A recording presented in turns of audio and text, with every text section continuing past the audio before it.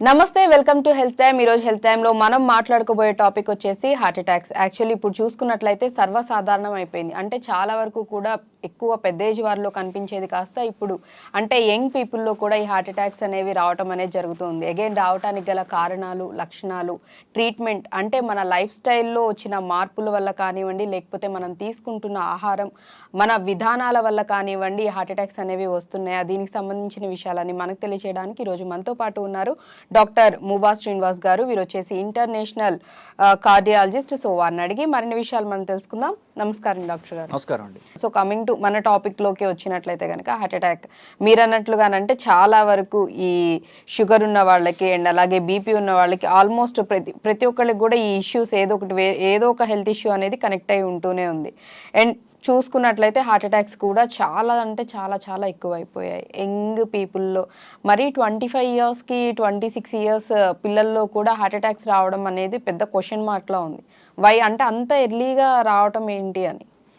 Heart attacks అంటూ కొంతవరకు పెరిగాయండి. ఎక్కువ డిటెక్షన్ ఎక్కువ పెరిగింది. So it's a combination of increased heart attacks and more detection. Okay. And more availability of phones, cameras. So అన్ని record అవుతున్నాయి basically, కాబట్టి ఎక్కువ తెలుస్తుంది జనాలకి బేసిక్లీ. కానీ హార్ట్ అటాక్ అంటూ ఎందుకు వస్తుంది అన్న కారణాలు మారవు. అదే గుండె, అదే రక్తనాళం, దానిలో బ్లాక్స్ ఎందుకు వస్తాయి, ఇది అవి మారవు. అవి simple: sugar, BP, cholesterol, smoking, మగవాళ్ళు. 5 major risk factors. Right. So ఆ రిస్క్ ఫ్యాక్టర్స్ లేకుండా హార్ట్ అటాక్ రాదు ఎవరికి కూడా. So if you smoke, if you have sugar, if you have BP, if high cholesterol, మీకు హార్ట్ అటాక్ వస్తుంది. ఏ వయసులోనే వస్తుంది మీకు. ఓకే. ఇంకోటి strong family history. Okay. So ఇవన్నీ లేవు, నాకు స్ట్రాంగ్ ఫ్యామిలీ హిస్టరీ ఉంది అంటే మీరు కొంచెం ఇంకా ఎక్కువ జాగ్రత్తగా ఉండాలి.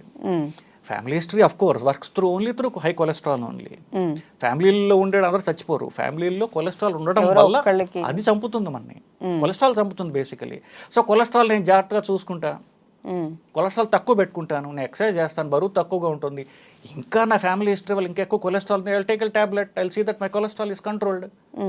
Then heart attack cannot kill me, paralytic attack cannot kill me, but I will die of cancer. అది వేరే విషయం. Ultimately I have to die. I will not die in a bed and in a ventilator. ఒక 90 ఏళ్ళ దాకా బతుకుతాను, ఆ 90 ఏళ్ళు ఎలాగో పోవాలి కాబట్టి ఏదో పోతా. కానీ ఈ లోపుగా హార్ట్ అటాక్ వచ్చి నడవలేక ఆయాస పడుతూ మధ్య మధ్యలో మన లైఫ్ అంతా మారిపోయి, మనం ఇంకోళ్ళ మీద భారం అయిపోయి, మన పిల్లలు ఎందుకు వచ్చిందో దేవుడు వీడెక్కడ దొరికాడని మన మీద పడి ఇసుక్కోకుండా you live a functional life till you die. Right. And అలాగే మీరు ప్రాపర్గా అంటే వ్యాయామాలు ఇవన్నీ చేస్తే కూడా చాలా వరకు కూడా అంటే హార్ట్ అటాక్స్ వచ్చే దీన్ని మనం కొంతవరకు కంట్రోల్ చేసుకోవచ్చు అంటున్నారు. బట్ అగైన్ ఇక్కడ చూసుకున్నట్లయితే చాలా మందిలో కూడా ఎవరైతే కొన్ని మనం రీసెంట్గా కూడా కొన్ని క్లిప్స్ చూసాము, జిమ్ చేస్తూ కూడా సడన్గా స్ట్రోక్ వచ్చి చనిపోవటం. ఎందుకు యాక్చువల్లీ మన కన్నడ సూపర్ స్టార్ పునీత్ రాజ్ కుమార్ గారు, ఆయన కూడా యాక్చువల్లీ జిమ్ చేస్తూ వర్కౌట్స్ చేస్తూనే అండ్ అలాగే అఫ్కోర్స్ ఆబ్వియస్లీ ప్రాపర్ డైట్ అనేది వాళ్ళు మెయింటైన్ చేయడం, ఫుడ్ అనేది ప్రాపర్గా తీసుకోవడం, హెల్దీ లైఫ్ స్టైల్ అనేది వాళ్ళకు ఉంది. స్టిల్ అయినా కానీ అంత హెల్దీ బాడీ పెట్టుకొని ఇవంతా ఉండి కూడా ఆయన వర్కౌట్ చేస్తూ చనిపోవడం అనేది జరిగింది. అగైన్ ఇక్కడ క్వశ్చన్ అదే వస్తుంది, అంటే హెల్దీ లైఫ్ స్టైల్ లీడ్ చేస్తూ కూడా హార్ట్ అటాక్స్ రావడానికి కారణం ఏంటి అని వస్తుంది. ఆయన హెల్తీ లైఫ్ లీడ్ చేస్తున్నారు అనేది మీ అజంప్షన్ కదా. Do you know it by fact? No, you will not know. ఈ సెలబ్రిటీ డెత్స్ ఇదే ప్రాబ్లం అండి. సెలబ్రిటీస్లో truth never comes out. Okay. ఒక విజువల్ ఉంటుంది, ఒక వీడియో క్లిప్, ఎక్సర్సైజ్ చేస్తే చనిపోయాడు. మేబీ దీనివల్లే అనేది అనుకుంటాం. అందరూ అంతే. ఇప్పుడు సెలబ్రిటీస్ అయితే ఎక్కువ మైలేజ్ వస్తుంది, మిగతా వాళ్ళంతా వీడియో క్లిప్ వస్తుంది, మీకు ఎవడో సడన్గా పడి చచ్చిపోతాడు, జిమ్ చేస్తూ ఉంటాడు. అతను ఓవర్ వెయిట్ ఉన్నాడా, అతనికి షుగర్ ఉందా, బీపీ ఉందా, స్ట్రాంగ్ ఫ్యామిలీ హిస్టరీ ఉందా, స్మోక్ చేస్తాడా, ఆల్రెడీ హార్ట్ అటాక్ వచ్చిందా, స్టెంట్లు ఉన్నాయా, ఏమీ తెలియదు కదా మనకి. రైట్. ఎవడో 30 ఏళ్ళు చచ్చిపోయాడు. సో 30 ఇయర్స్ అబ్బాయి చనిపోయాడు హార్ట్ అటాక్ తో అన్నది మాత్రమే వినిపిస్తుంది. సో అతని బ్యాక్గ్రౌండ్ మీకు ఏమీ తెలియదు కదా. ఇప్పుడు ఇన్ఫాక్ట్ ఒక పెద్ద యాక్టర్ ఎవడో చనిపోయాడండి, పలానా యాక్టర్ చనిపోయాడు, అతనికి క్యాన్సర్ వచ్చింది అనేదో రాస్తారు. రైట్.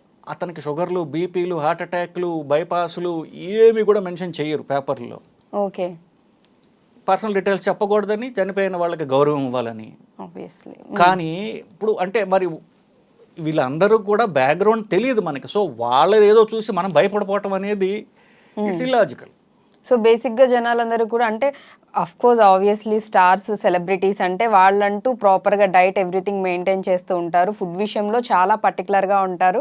సో నార్మల్ కామన్ పీపుల్కి వచ్చే డౌట్ ఏంటంటే అంటే అంత బాగా ఉండేవాళ్ళు వాళ్ళకే హార్ట్ అటాక్స్ వచ్చాయంటే మన పరిస్థితి ఏంటి, మనం అసలు డైట్ ఏమి ఫాలో అవ్వం ఎలా అన్న భయంతోనో లేకపోతే అపోహలతోనో ఉంటారు. సినిమా స్టార్లను తీసేద్దాం పోనీ. సౌరవ్ గంగులీ ఉన్నాడు.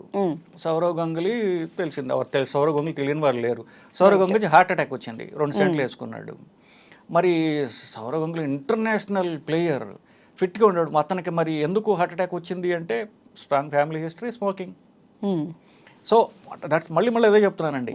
If you just adhere to basics, don't smoke, keep your cholesterol లో, రైట్, ఈ 2 చేస్తే మీకు హార్ట్ అటాక్స్ రావు, పెరాలిటిక్ అటాక్స్ రావు. మీరు ఎన్నో ఎక్స్ప్లెనేషన్లు ఇచ్చుకోవచ్చు దానికి.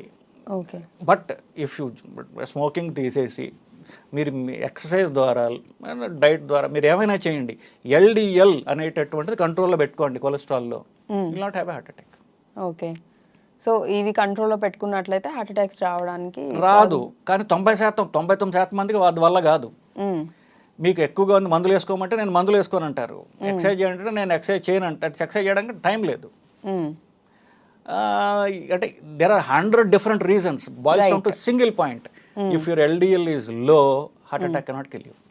ఓకే, సో అంటే ఒక్కొక్కళ్ళకి కారణాలు అనేవి చాలా రకాలు ఉంటాయని చెప్తున్నారు. అంటే ఒకళ్ళకి ఒక రీజన్ వల్ల రావచ్చు హార్ట్ అటాక్స్, ఇంకొకళ్ళకి ఇంకొకటి ఉండొచ్చు. అంటే ఇండివిజువల్ని బట్టి ఉంటుంది. అగైన్ మళ్ళీ వాళ్ళ ఫ్యామిలీ హిస్టరీ, మీరు అన్నట్లుగా ఇంకేమైనా హెల్త్ ఇష్యూస్ ఉన్నాయి, ఇవన్నీ కూడా ఖచ్చితంగా ఇంక్లూడ్ అవుతాయి అంటారు. అంత boils down to single point అండి చెప్పేది. మీ బ్లడ్ కొలెస్ట్రాల్ రిపోర్ట్లో LDL ఎంత ఉన్నది, షుగర్ కానివ్వండి, బీపీ కానివ్వండి, కొలెస్ట్రాల్ కానివ్వండి, ఫ్యామిలీ హిస్టరీ కానివ్వండి, ఈ సింగిల్ పాయింట్ ఎజెండా మీద రక్తనాళాలు వర్క్ చేస్తాయి.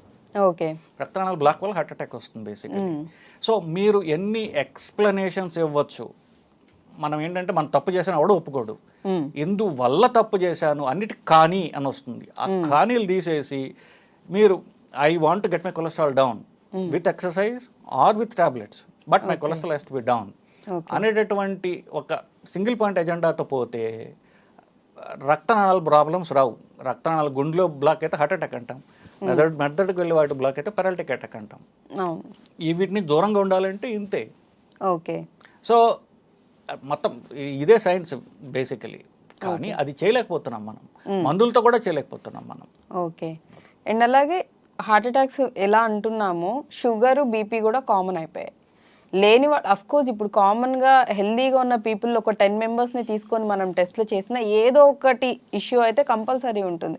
మేబీ షుగర్ అవ్వచ్చు, బీపీ అవ్వచ్చు, వాట్ ఎవర్ ఇట్ మేబీ, ఖచ్చితంగా ఉంటూనే ఉంటున్నాయి. అది యంగ్ పీపుల్ అయినా ఇంకా 40+, 30+ అంటే ఇంక చెప్పాల్సిన అవసరం లేదు. బట్ అగైన్ ఇక్కడ మీరు అన్నట్లుగానే ఈ బీపీ, షుగర్ ఇది కూడా కంట్రోల్లో ఉంచుకుంటే heart related issues, heart attacks అనే కాదు ఇంకా ఫర్దర్ ఏ ఇష్యూస్ అయినా కానీ కంట్రోల్ చేసుకోవచ్చు అంటారు. షుగర్, బీపీ వల్ల వచ్చేది ఓవర్ వెయిట్ అండి. So if the everything boils down to over weight. If you control your weight, sugar, బీపీలు ఉండవు, కొలెస్ట్రాల్ ఉండదు మీకు బేసికలీ. సో ఓవర్ వెయిట్ అనేదాన్ని ఒబెసిటీ అంటారు ఇంగ్లీష్లో. బేసికలీ మీ హైట్ ని సెంటీమీటర్స్లోకి మార్చి దానిలో 100 తీసేయండి. ఇప్పుడు 5 feet ఉన్నారనుకోండి, 150 సెంటీమీటర్లు ఉంటారు, వాళ్ళు 50 కిలోలు ఉండాలి. ఓకే, మీ వెయిట్ అక్కడ మెయింటైన్ చేసుకోండి, you are mostly free from all diseases except cancer maybe. Okay, so weight అనేది కూడా, బట్ ఇక్కడ వెయిట్ది వచ్చింది కాబట్టి ఇంకొక ఇది కూడా అడగాలి. ఇప్పుడు అసలు పిల్లల్లో మనం చూసుకున్నట్లయితే 11-12 yearsకే వెయిట్ అనేది, హైట్ కూడా చాలా ఫాస్ట్గా పెరిగిపోతూ ఉన్నారు అండ్ వెయిట్ కూడా చాలా ఎక్కువైపోతుంది. అది అమ్మాయిలు కానివ్వండి, అబ్బాయిల్లో కానివ్వండి. అగైన్ ఇక్కడ మేబీ ఫుడ్ అవ్వచ్చు, ఫ్యామిలీ హిస్టరీ అవ్వచ్చు, వాట్ ఎవర్ ఇట్ మేబీ. ఇంత అంటే చిన్న ఏజ్లోనే వాళ్ళంతా ఓవర్ వెయిట్ అనేది పెరిగిపోవటం, వాళ్ళని చూస్తుంటే బేసిక్గా నార్మల్ ఏజ్ వచ్చేసి 30 or 50 ఉంటుంది. బట్ వాళ్ళ అపీరెన్స్ వరకు అంటే వాళ్ళ బాడీ పర్సనాలిటీ వైజ్ చూసుకున్నట్లయితే 20 years, 22 years పిల్లలాగా కనిపిస్తూ ఉండడం అనేది కూడా జరుగుతూ ఉంది. సో అగైన్ మళ్ళీ అంటే ఇటువంటి కండిషన్స్ ఉన్నప్పుడు ఇప్పుడు ఓన్లీ మనం హార్ట్ అటాక్, షుగర్, బీపీని మాట్లాడుకుంటున్నాం. సో టీనేజ్ వాళ్ళకనే కాదు, సో ఇప్పుడు ఈవెన్ ఈ పిల్లలకు కూడా ఎవరైతే మనం చెప్పుకుంటున్నామో 13-14 ఇయర్స్ పిల్లలు. సో వీళ్ళకి కూడా హెల్త్ ఇష్యూస్ అనేవి అంత వెయిట్ ఉండడం వల్ల స్టార్ట్ అవుతాయి అంటారా? తప్పకుండానండి. సో ఒక్కొక్క దేశం పురోగతి చెందుతుందంటే నేను చెప్పినట్టుగా వాళ్ళకి డబ్బులు ఎక్కువ ఉన్నాయి. డబ్బులు కన్నా ఫస్ట్ చేసే పని వాళ్ళు తిండి కొనుక్కోవడం. So over eating has become a major issue. So childhood obesity అంటారు దాన్ని బేసికలీ. ఓకే. ఇంకొకటి తల్లులు ప్రపంచం అంతా కూడా ఏంటంటే పిల్లలు బంతులుగా గుండ్రంగా ఉంటే వాళ్ళకి హెల్తీ అని లెక్క. నిండుగా అపియరెన్స్ ఆఫ్ రౌండ్గా ఉండాలి, లావుగా ఉన్న పిల్లలు. ఇప్పుడు హెల్తీ బేబీస్ ఫొటోస్ చూడండి, అందరూ ఇంత లావు ఉన్న పిల్లలు ఉంటారు. సన్నగా ఉన్న పిల్లలు చూస్తే నచ్చదు ఎవరికైనా. సో రౌండ్గా ఉండటం హెల్త్ కాదు పిల్లలకి. యాక్టివ్గా ఉండే పిల్లలు హెల్తీ చిల్డ్రన్. ఓకే. సో అక్కడ ఓవర్ ఫీడింగ్ అనేది చాలా కామన్ పిల్లల్లో. సో అప్పుడు మన పిల్లలకి మనకి 20 ఏళ్ళు వచ్చినా మన పిల్లలే వాడికి పెట్టి పెట్టి పెట్టి పెట్టి అంటున్నా కానీ తల్లి వాటి పోట్లాడైనా సరే కూరేస్తారు నోట్లో బేసిక్లీ, అన్లెస్ వాళ్ళ పిల్లలు తినకపోతే తప్ప. Over eating, over feeding is a main issue for childhood obesity. ఇప్పుడు మన కల్చర్లో మనకి ఎక్సర్సైజ్ అనేది లేదు. ఏ తల్లి అయినా నువ్వు బాగా చదువుకోరా అని చెప్తూ కానీ పిల్లాడిని ఇంకో గంట ఎక్కువ ఉంటే ట్యూషన్ పెడతారు, కానీ ఒక గంట జిమ్కి పంపిద్దామో, స్విమ్మింగ్ పంపిద్దామో, లేకపోతే యాక్టివిటీస్ చేయిద్దామన్న దీనిలో ఇప్పుడు లేరు, అస్సలు లేదు. ఇప్పుడు మీరు ఏ చైతన్యానో లేకపోతే నారాయణలో ఉన్న ఎగబడే పిల్లలు మిగతా స్పోర్ట్స్ స్కూల్స్కి వాటికి వెళ్ళరు కదా. It's not glamorous in your culture basic. మనకి అకాడమిక్ సక్సెస్ తప్ప స్పోర్ట్స్ అనేది ఇంకా అందుకోలేదు మనకి పూర్తిగా. Right. So as a culture we eat too much, exercise very little. మన పిల్లలకి అదే నేర్పుతున్నాం కదా, వాళ్ళు అలాగే ఉంటారు basically. Okay. So they are fatter, not healthier. Okay. So అలాగా so this is how we are producing our. దానివల్ల పిల్లలు అలా తయారవుతారు. మన బిలీఫ్ సిస్టమ్ పిల్లలు ఏముందని మనం ఎలా చెప్తా అవుతారు. సో వాళ్ళు వెనకపోయినా మనం కూరేస్తాం బేసికలీ. సో మనం అలా తయారు చేస్తాం మన నెక్స్ట్ జనరేషన్. రైట్. సో అంటే పెట్టే దానిలో కూడా డాక్టర్ చెప్తున్నట్లు ఏది పెడుతున్నాము వాళ్ళకి, వాళ్ళ హెల్త్కి అది యూజ్ అవుతుందా లేదా, లేకపోతే ఎక్సెస్గా పెడుతున్నాం అనేది కూడా మనం చూసుకొని ఫీడ్ చేయాలని చెప్తూ ఉన్నారు. రైట్. అండ్ అలాగే మనం హార్ట్ అటాక్స్ దీని గురించి చూసుకున్నట్లయితే కనుక చాలా మందికి ఏంటంటే గ్యాస్ట్రిక్ ప్రాబ్లమ్కి హార్ట్ అటాక్కి, అంటే హార్ట్ అటాక్ వచ్చినప్పుడు వచ్చే పెయిన్కి గ్యాస్ట్రిక్ ప్రాబ్లమ్కి డిఫరెన్స్ అనేది తెలియదు. యాక్చువల్లీ తెలియక చాలామంది హార్ట్ అటాక్, స్ట్రోక్ అలా వచ్చినప్పుడు గ్యాస్ట్రిక్ టాబ్లెట్స్ వేసుకుంటూ ఉంటారు. సో ఆ డిఫరెన్స్ అనేది మనం ఎలా తెలుసుకోవచ్చు? ఒక పర్సన్ ఇప్పుడు ఎఫెక్ట్ అయ్యాడు, సో అది గ్యాస్ట్రిక్ పెయినా లేకపోతే హార్ట్ రిలేటెడ్ పెయినా అనేది ఎలా తెలుసుకోవచ్చు? మొదటగా హార్ట్ అటాక్ రావడానికి కొన్ని కారణాలు ఉంటాయి. ఓకే. షుగర్, బీపీ ఉండడం, స్మోక్ చేయడం, అది కొలెస్ట్రాల్ ఉండడం, ఫ్యామిలీ హిస్టరీ ఉండడం, రైట్, ఇలాంటి ఉన్న వాళ్ళకి హార్ట్ అటాక్ వచ్చే అవకాశం ఎక్కువ ఉంటుంది. ఎస్పెషల్లీ షుగర్ ఉన్న వాళ్ళకి ఇది ప్రాబ్లం, సీరియస్ ప్రాబ్లం. ఎందువల్లంటే వాళ్ళకి అసలు హార్ట్ అటాక్ వచ్చినట్టు నొప్పి కూడా ఉండకపోవచ్చు, సైలెంట్ హార్ట్ అటాక్స్ అంటారు. కానీ పూర్తిగా సైలెంట్గా ఉండదు, నొప్పి కాదు కానీ ఇంకేదో వస్తుంది వాళ్ళకి. మీరు చెప్పినట్టుగా చెస్ట్లో బర్నింగ్ లాగా ఉండడం, కాస్త నొప్పి అనుకోరు వాళ్ళు, లేకపోతే జస్ట్ ఆయాసం లాగా రావడం, సిమ్టమ్స్, కళ్ళు తిరగడం లేదు అనుకుంటారు వాళ్ళు. సో వీళ్ళకి ఎక్కువగా ఇది సీరియస్ ప్రాబ్లం అవుతుంది. ఒకవేళ డయాబెటిక్, ఆల్కహాలిక్ అనుకోండి, నేను ఆల్కహాల్ తాగాని ఇది దానివల్లే వచ్చింది, ఇట్లా చాలా అజంప్షన్స్ ఉంటాయి దేని. బట్ బేసికలీ ఏ ఛాతీ సెంటర్ భాగంలో నొప్పి వస్తే కనుక అది గ్యాస్ది కావచ్చు, హార్ట్ అటాక్ కూడా కావచ్చు, రెండు క్లోజ్గా ఉంటాయి. ఓకే. ప్రజెంటేషన్ అది నడిస్తే పెరుగుతోందా, ఓకే, లేకపోతే ఈ పెయిన్ తోటి మీకు చెమటలు పట్టేస్తున్నాయా అంటే మోస్ట్లీ అది హార్ట్ రిలేటెడ్. ఓకే. ఎడం భుజకపోవడం అనేది సెకండరీ. ఎడం భుజం వైపు లాగేస్తుందని చెప్తూ ఉంటారు, అది సెకండరీ, ఇంపార్టెంట్ కాదు. మీకు ఛాతీలో నొప్పి వస్తుంది, నొప్పితో పాటుగా మీకు చెమటలు పట్టుతున్నాయి, మీరు నడుస్తుంటే పెరుగుతోంది, లేదా పని చేస్తే పెరుగుతోంది, మెట్లు ఎక్కుతుంటే పెరుగుతోంది. సో మీరు ఏ యాక్టివిటీ చేసినా పెయిన్ అనేది ఇంకా ఎక్కువ అవుతుంది అంటే హార్ట్ రిలేటెడ్. రైట్. మీరు తిన్నారు అప్పుడు పెరగచ్చు, తగ్గచ్చు. ఫుడ్తో చేంజ్ ఉంటే అది గ్యాస్ రిలేటెడ్. ఓకే. ఫుడ్ ఏమైనా తీసుకున్నాక తగ్గింది అంటే కనుక గ్యాస్ట్రిక్ అన్నట్టు, లేదా పెరిగినా సరే, అంటే పొట్టలో అల్సర్ ఉందనుకోండి, తిండి తింటే కొంచెం పెరుగుతుంది. అట్లా ఫుడ్తో ఏమన్నా సరే చేంజ్ ఉంటే దానికి అది గ్యాస్ట్రిక్. ఓకే. సో ఈ విధంగా అంటే డిఫరెన్షియేట్ చేసుకోవచ్చు అది గ్యాస్ట్రికా లేకపోతే హార్ట్ రిలేటెడ్ అని. మోస్ట్లీ చాలా మంది కూడా ఈ సందేహంతోనే గ్యాస్ట్రిక్ టాబ్లెట్స్ వేసుకొని డిలే చేసేసి ఇంట్లోనే పడుకోవటం, ఒక గ్యాస్ మాత్ర వేసుకొని నిద్రపోతే తగ్గిపోతుంది అన్న దీనిలో చాలా మంది అలా ఉండేవాళ్ళు, చేస్తున్న వాళ్ళు లేకపోలేదు. అండ్ ఆ మూమెంట్, ఆ టైం కూడా ఎంత ఇంపార్టెంట్ అంటారు ఇఫ్ ఇన్ కేస్ అది హార్ట్ అటాక్ అయ్యి ఉంటే? సో మొదట ఇప్పుడు మనం చెప్పింది వాళ్ళకి నాలెడ్జ్ కోసం చెప్పినప్పటికీ వాళ్ళు మొదట చేయాల్సిన ఫస్ట్ ఈసీజీ తీయించుకోవడం. ఓకే. ఈసీజీ అన్ని చోట్ల ఉంది, ఇట్స్ చీప్. ప్లస్ ఈ రోజుల్లో దాన్ని వాట్సాప్లో మీరు ఎక్కడ కావాలంటే అక్కడికి ఏ డాక్టర్ కానీ డాక్టర్ పంపించి ఒపీనియన్ తీసుకోవచ్చు మీరు. ఎంత బిజీ డాక్టర్ అయినా సరే ఎమర్జెన్సీ అంటే వెంటనే చెప్తారు మీకు అది, ఎందుకంటే కెన్ బి లైఫ్ థ్రెటనింగ్ కాబట్టి. సో మీరు ఈ మనం జరిగిన మీమాంస మీద టైం వేస్ట్ చేయకుండా మీరు గ్యాస్ట్రిక్ అనుకున్న, అది పోనీ హార్ట్ అటాక్ అనుకున్న, మొదట తీయించాల్సింది ఈసీజీ తీసేస్తే ఆ డౌట్ తీరిపోతుంది. బేసిక్లీ ఈసీజీలో ఏమాత్రం తేడాలు ఉన్నా కూడా వెంటనే అదే గుండె ప్రాబ్లం అనుకుని హాస్పిటల్లో ఉండడం మీకు సేఫర్. ఓకే. సో అది గ్యాస్ట్రిక్ అంటే మరీ మంచిది. బట్ మీరు ఈసీజీలో మార్పులు ఉంటే ఇమీడియట్గా హాస్పిటల్ అడ్మిట్ అయ్యారనుకోండి, మీరు తీవ్రమైన కాంప్లికేషన్ రాకుండా డాక్టర్లు చూసుకుంటారు మిమ్మల్ని. ఓకే. సో బెటర్ అంటే యాక్చువల్లీ మీకు అది గ్యాస్ట్రిక్ అయినా లేకపోతే హార్ట్ రిలేటెడ్ అనేది మనం ఒకవేళ నిర్ధారణ చేసుకోలేని సిచ్యువేషన్ ఉంటే కనుక ఇమీడియట్గా మనం ఈసీజీ తీయించుకొని డాక్టర్ని కన్సల్ట్ అవ్వడం, డాక్టర్ దగ్గరికి వెళ్ళడం అనేది చాలా మంచిదని చెప్తూ ఉన్నారు. మోస్ట్ ఇంపార్టెంట్ థింగ్ అండి. ఎందుకంటే చాలా మంది ఇలా కూడా జరుగుతున్నాయి డాక్టర్ గారు, కొంతమంది హార్ట్ రిలేటెడ్ అనుకొని వెళ్ళినా ఈ టైం స్పాన్ నేను ఏదైతే అన్నానో ఆ టైం అనేది డిలే అవ్వడం వల్ల కొంతమంది హాస్పిటల్కి వెళ్లే లోపు లేకపోతే వెళ్ళిన వెంటనే కూడా చనిపోయిన వాళ్ళు కూడా చాలా మంది లేకపోలేదు. సో అంటే డిలే చేయొద్దు, యాక్చువల్లీ ఆ టైంని మాత్రం అసలు నెగ్లెక్ట్ చేయొద్దు, డిలే చేయొద్దు. ఇమీడియట్గా మాత్రం హాస్పిటల్కి వెళ్ళి చూపించుకోవడం, చెకప్స్ చేయించుకోవడం మంచిది అని అంటారు.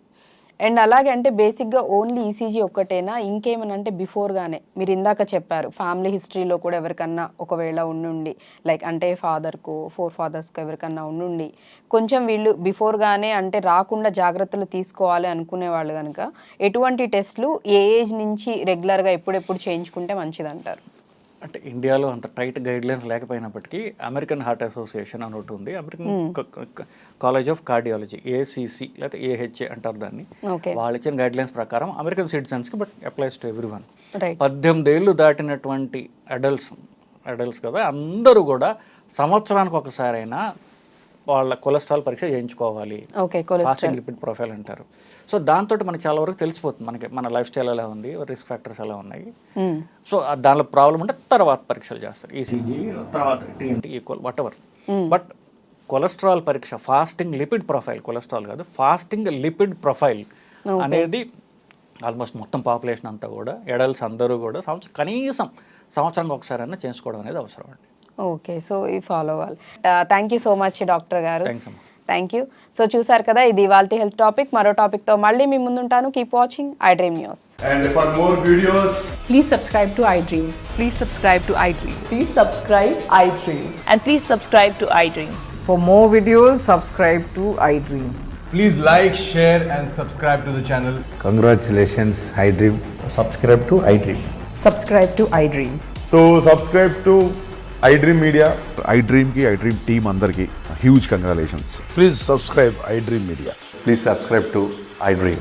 Subscribe iDream. Please subscribe to iDream. iDream అంటే నా కళల ఛానల్ను సబ్స్క్రైబ్ చేసుకున్న నోరు తిరుగుతలేదు, మీరైతే గంట గుర్తు కొట్టండి. For more such videos, please subscribe to iDream. Subscribe to iDream. Please subscribe to iDream. Please subscribe iDream Media. Please do subscribe to iDream. Please subscribe to iDream Media. For best entertainment and information, please subscribe iDream. And don't forget to subscribe to iDream.